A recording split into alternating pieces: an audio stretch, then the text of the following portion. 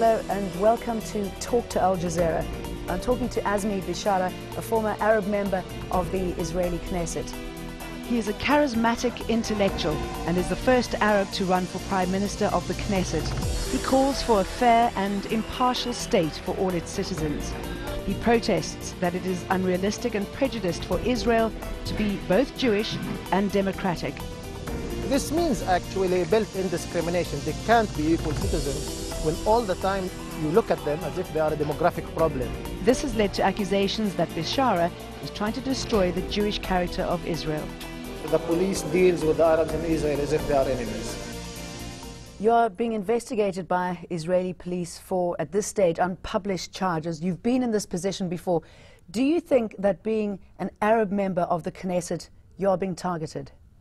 Well, yes, I think I've been targeted. It's a reality now because in the last few years I was 2 times brought to court, and this is the 3rd investigation. The first 2 times had to do with my actually political opinions. Once because I was accused of not acknowledging or not recognizing the Jewish character of the state and calling for a state of its citizens. Even an Israeli court could not accept this as a charge because it's actually turning the demand of equality into a charge, or liberalism or democracy into a charge. The second time because visiting an enemy country, they considered Syria and Lebanon to be enemy countries, and we were charged of that. And actually we do not accept that the enemies of Israel are our enemies as Arabs and Palestinians. We think we are a part of the Arab world too, not only citizens of the State of Israel. And this is the 3rd time. We can say the first 2 charges were once probably constitutional charges or normal felonies. And I was stripped of my immunities, but I was unguilty actually. The court did not accept the Israeli charges. This is the 3rd time, and it seems for me that this time they tailored what can be, what has to succeed in Israel, which is security charges, something that has to do with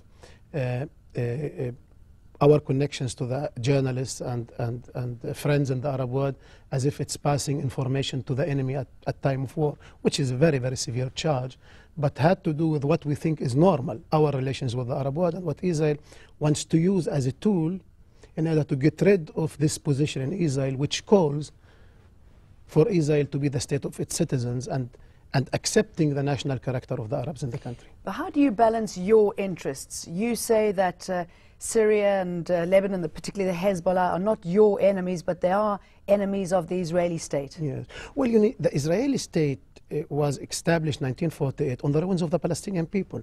Now, if you want, in the language which would be known probably in Australia or in America or even in South Africa, we are indigenous people. I mean, we were the people, the natives, if you want, of the place. And Israel was built on our ruins. We did not immigrate to Israel in order to become Israelis. Like many French people would like the Algerian to integrate in France in order to be accepted as equal citizens, or America. But these people immigrated to France and America, and they chose to be French. We did not choose to be Israelis. I mean, Israel came to Palestine, destroyed Palestine, and Israel emerged on the ruins of Palestine. Now, we are Arab Palestinians. Israeli identity, if you want, which does not exist even according to Israel. They insist that their identity is Jewish. There is no such thing as Israeli identity. And our Israeli citizenship was forced upon us. Now we use it as a framework for work in order to live our daily lives, and in order to demand equality. But this cannot amount to identification with the goals of the country in the region, which we do not accept. We were not Zionists, and we don't consider Lebanon and Syria our enemies. On the contrary. So are you advocating the destruction of the Israeli state? Of course not. We do not identify with everything that other organizations demand have. We live in the state of Israel, in the framework of citizenship, and we think that Israel should be accepted if it accepts just peace, which means a just settlement with the Palestinians to coexist in justice and in equality.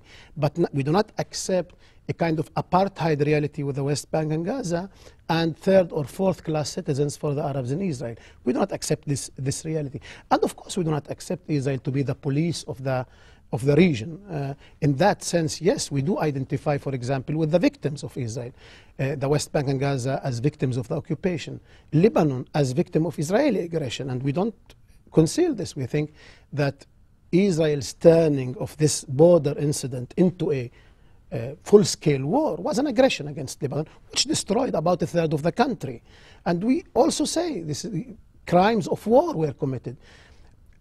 we said that as Palestinians, and actually you can see even as parliamentarians. I mean, it's our duty to say this against an Israeli aggression. But in addition to this, I think what is cultural, what is historical, and people do not understand is the fact that historically we cannot identify with the Zionist project. It's a Zionist project which is built on our ruins. How do you find your workings with other Israelis on the Knesset? Well, Israel, if you want, and this is very much so translated in the Knesset is not, if you want, the worst political culture in Israel. The street could be even more racist than the parliament. But in the parliament, I think tolerance is to a certain border. I mean, Israel is democratic in the limits of being a Jewish state. I would call it a tribal democracy. It's a democracy for Jews. And Arabs are granted rights because they are a minority, because they can be endured. They should not be tolerated. They should be ousted. They should, immunity there should be stripped. They should not be allowed to participate in elections. All kinds of things. Actually, when we sit here, this is now running in Israel because of the case, because of the investigation case. They are really an incitement. And what worries me and what's amazing, I think, would be amazing probably for the Western era who thinks that Israel is the only democracy in the Middle East, that the media lacks dissent, that it's totalitarian actually. There's one orchestrated incitement calling for ousting us or for not tolerating us, etc. While in the Arab media there are different opinions. What options are open to the Arabs there? What do the Israeli Arabs want? Well, differently, of course. Normal people are not professional politicians and they don't think of ideologies, etc. But I think the ideas that we brought and that they think it's a dangerous thing and they are now fighting against since 1996, 1995, turning Israel into the state of the citizens, etc., has now cultural hegemony, you can say. Most of the Arabs, even people who don't support us politically, agree to these ideas and think that the Arabs should be acknowledged to run their own affairs as a national minority, like other national minorities like Quebec or others in the world, and the state should be the state of all its citizens, because as long as it's Zionist, it cannot grant equality for its citizens. Now, the majority of the Arabs, I think, do believe that, but of course there are different interests. Like any other minority, some of the Arabs are connected to the state apparatus, some work in the state and are afraid to say their opinions. Some have connected interests with Zionist parties even. So we have different opinions, but I think the majority of the people now agree to this platform, and I think this is driving a lot of people in Israel crazy, that what we started now is becoming actually a commonplace. Okay, we're going to be taking a short break now, but after the break we're going to take a closer look at the case and what the wider implications are for the Arab world.